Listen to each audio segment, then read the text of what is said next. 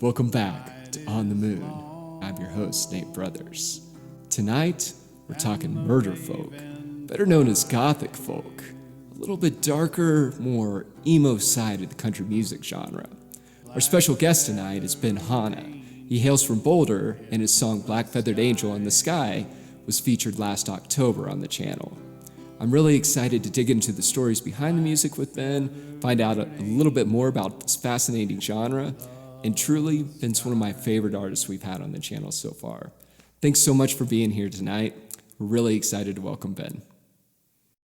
A huge shout out to this week's sponsors, Reps, Carter County Extracts, and the Outrun Snack Bar. Find out more about these fine companies on Instagram.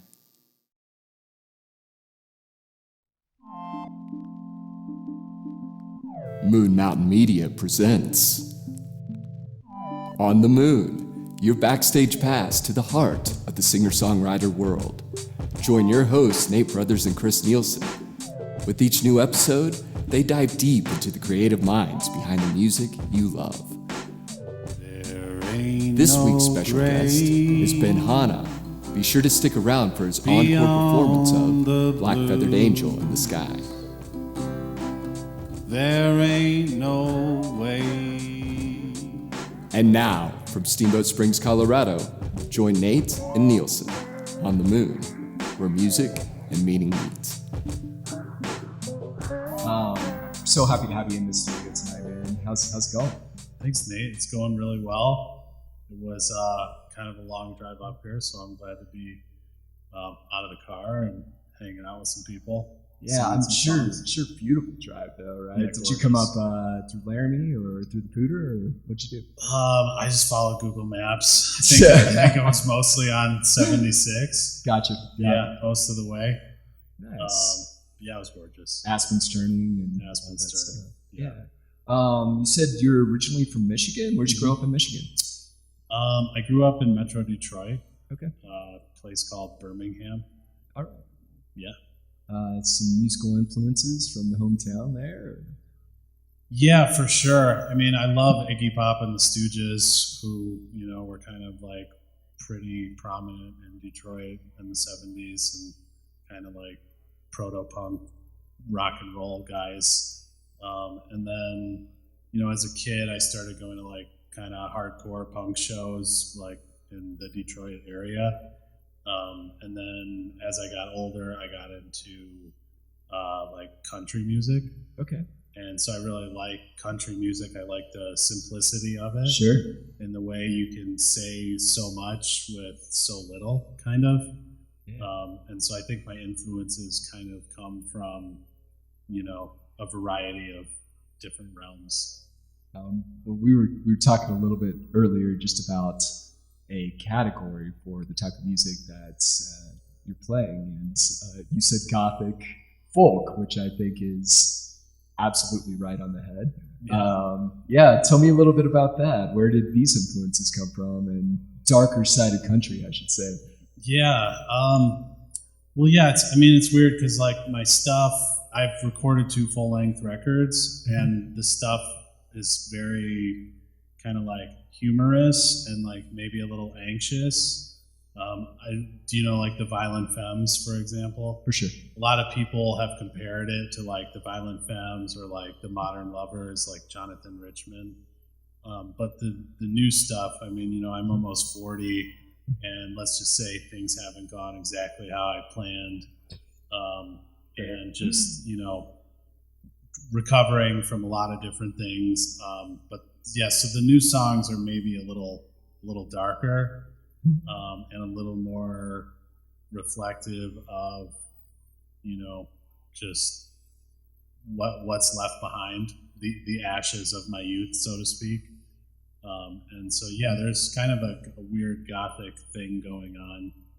I put out a new song a couple weeks ago, and people, like strangers on the internet, were commenting that it sounded a lot like Leonard Cohen. So I guess maybe he's like the father of sort of this Gothic folk thing or whatever.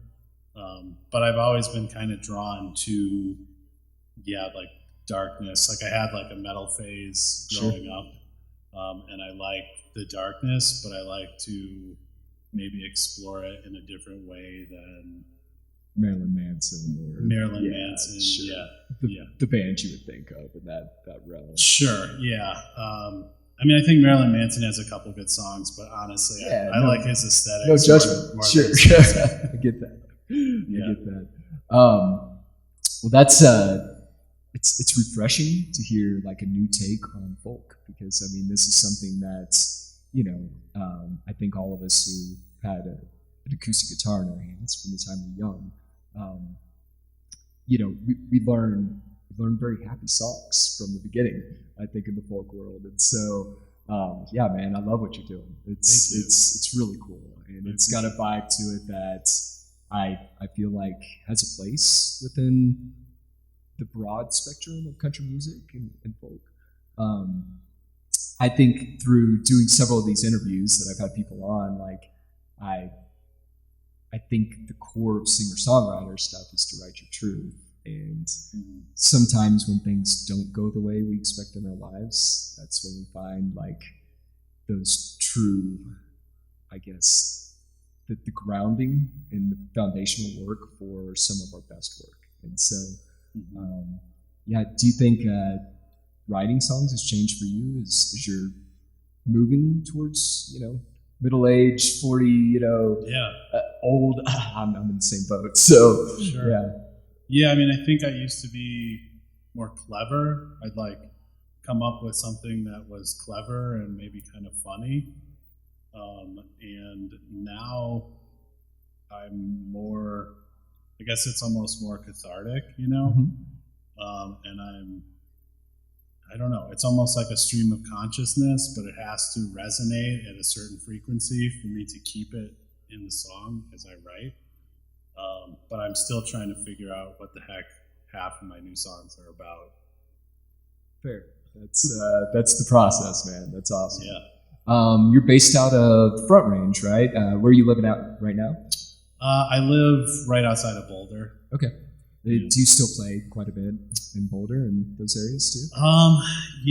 It's tough to be a solo singer-songwriter and find gigs. I mean, I think people are probably defying. There's examples of people that I know that are defying what I'm saying.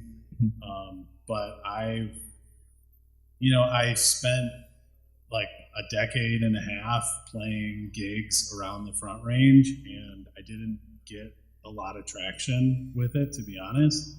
I think it was just like a message to market match was off, I think people kind of in the scene are kind of looking for maybe more of a hippie jamgrass vibe, or they're just maybe not totally vibing with what I'm doing. So I've been more selective about where I play, and that's limited the opportunities, but it's been better for me just mentally, to just kind of know that I don't have to go play the 3-hour bring your own PA middle-aged white people happy hour gig. Nothing wrong with middle-aged white people. Hey, apparently we're middle-aged white people, so we are middle-aged white people. But there's like a vibe, there's like this vibe of like the after work happy hour. Oh no, I know what middle-aged white people like they want to drink craft brews and not hear me work my issues out as the loudest guy in the room. So I'm saving them and I'm sparing myself at the same time. So what kind of outlets are you spending these days? Are you working through YouTube, or are you working any of those kind of angles? Or? Yeah, so I'm recording a record right now. Okay. I got 13 songs. They're like 90% done recorded, and then I need to mix them and master them. Like I said, I put out the one song. I did have actually a decent amount of success with it in terms of people seem to be engaging with it. And I mean, shockingly, in 6 weeks, I did more on the internet than I was able to accomplish in 15 years of playing gigs on the Front Range. So that did make me Amen think to that. That's awesome. Yeah, there's a way to leverage the opportunity of technology to, technology is such a double-edged sword. It certainly has my mind enslaved, but at the same time, it's a great way to be able to connect with people that are into weird shit, or I don't know if I can say that on here. At least find your niche. Yeah, you can find your niche, and for whatever strange reason, there was a lot of people from like South America and Mexico, like kind of dark ones, like goth kids from that area, that were following me, reaching out to me, listening to the song. So I was like, wow, I couldn't have guessed it, but the data doesn't lie. So. I like it, South American scene. That's kind of fun. Yeah, it looks like it's. Yeah, I guess there's like something to do with like. I'm kind of speaking out of place here, but like Mexican gangs and like Morrissey from the Smiths. Like, there's like a big kind of cult following of like Mexican gangsters that are into Morrissey from the Smiths, which is just like you wouldn't really see that coming, So sometimes it's interesting the people that resonate with a certain thing. Yeah, that is definitely not what I would expect going on down south of the border right now. But super cool. Did you grow up in a musical family? Or? My dad played piano, and my mom would put music on when she cooked. But I think that like I kind of gravitated towards like my music was always like, this is mine, this is different than what everybody else listens to, right? I was like, always wanted to be different and like pride myself on the being different thing. So I was kind of going in a different direction, but my parents certainly did like music, and it was around when I was a kid, but I wouldn't really say I came from a musical family. Gotcha. Yeah. Well, when was the first time you picked up a guitar? I think I was maybe 15, and I saw my friends play guitar, and they were playing songs that like we listened to, like we were all into like the pop punk of like the late 90s, early 2000s. Sure. So like Green Day, Blink-182, Less Than Jake, Screeching Weasel, NoFX. Sure. And they would, like my friend, he picked up the guitar and started playing this Green Day song, and I was like blown away. It's like power chords, let's go. Yeah, but I was like, it was like he just like recreated Van Gogh. I was like, it's awesome. Man. It's like, how did he's like alchemy or something, So it kind of, and I remember having the thought, wow, if I could do that, I would just do that all day. And that's kind of what wound up happening. I think my guitar playing peaked at like 18 when I kind of got obsessed with trying to write a decent song. Mm-hmm. I don't know if I've accomplished that yet, but I'm pounding pavement, and we'll see. It's like digging a hole to China. Being hard on yourself, man. Oh, fantastic. Thank you. I appreciate that. I think it's the hardest shoes to walk in are probably artists' shoes, and singer songwriters are a whole nother breed of introverted folks who often don't go through editing processes or ask for help, or we just live in our own little dark corners and torture ourselves. Stubborn, very stubborn. Yeah, it's an interesting path to be burdened with. I don't know if anyone just falls in love with it and that's their thing. It feels more like a calling, I would say. Yeah, I call it a curse.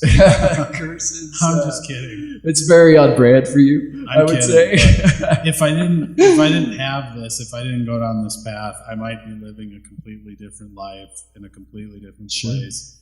I might be married. I might have kids. I might have a stable job. But for whatever reason, I've always felt compelled to do this, and it's felt important. Mm-hmm. So whether or not anything's come to fruition in terms of, stability, opportunities, career, there's something I'm right with my soul by doing this. It's awesome, man.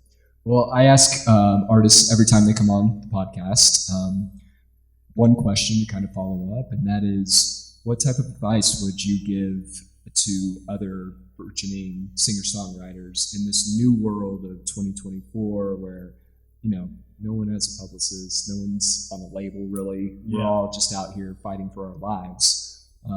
Yeah, man, like what's, from your experience, what has worked and what would you pass on?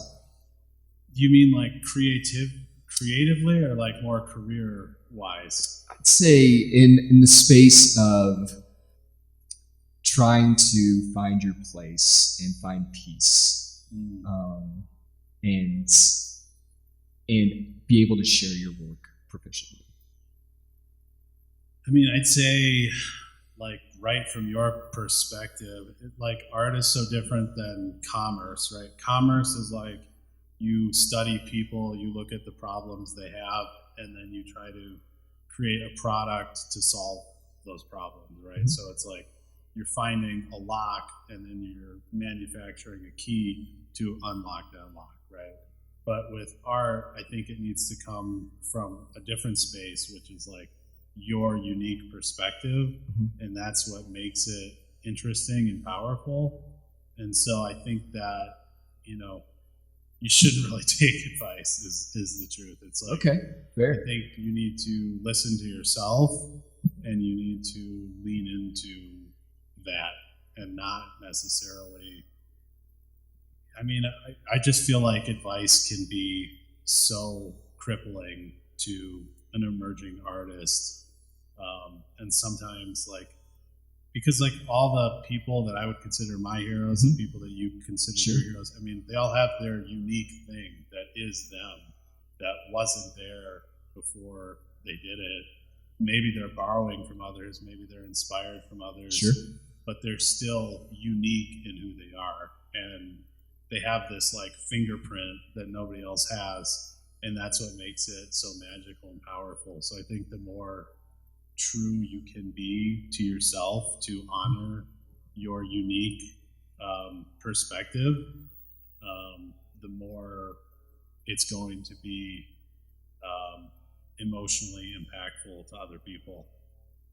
I love that. Thank you.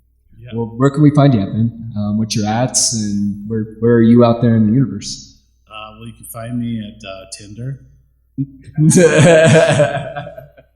Swipe right on this guy. Yeah, I actually just changed my Instagram handle. Okay. I think it's Benny, BENI Hanna, HANNNA. And then my TikTok is, I think, the same thing. But if you just put my name in the search, Hanna, it'll definitely be down in the introduction and stuff too, the YouTube and stuff. We'll help you out. Cool. Sure. Well, man, thanks so much for coming out here to Steamboat Springs and for driving in today. We're really, really blessed having you here, brother. Happy to be here. Yeah, man, it's fantastic. Thanks. Thank you. Cheers. And now, the encore performance of Black Feathered Angel in the Sky by Ben Hanna. There ain't no grave beyond the blues. There ain't no way from me to you. And my shadow left me in my darkest night.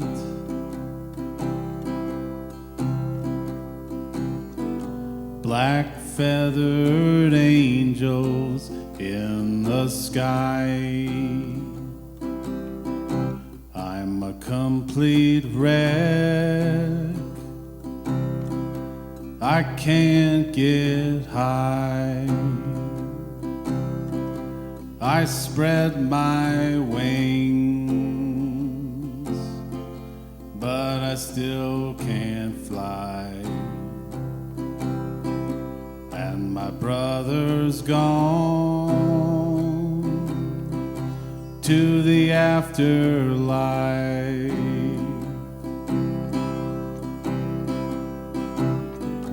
Black feather the sky.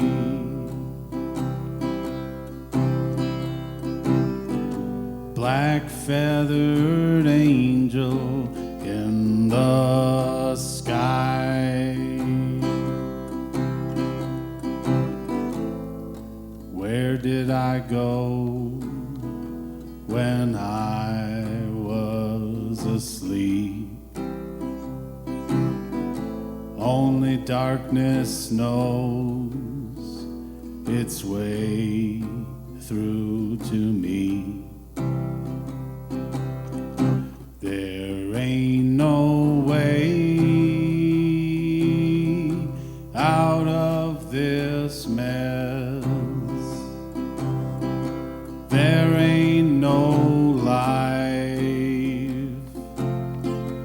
that escapes death. When the night is long and the raven flies,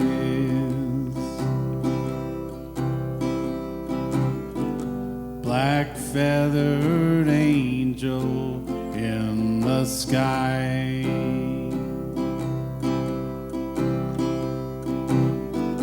Black feathered angel in the sky.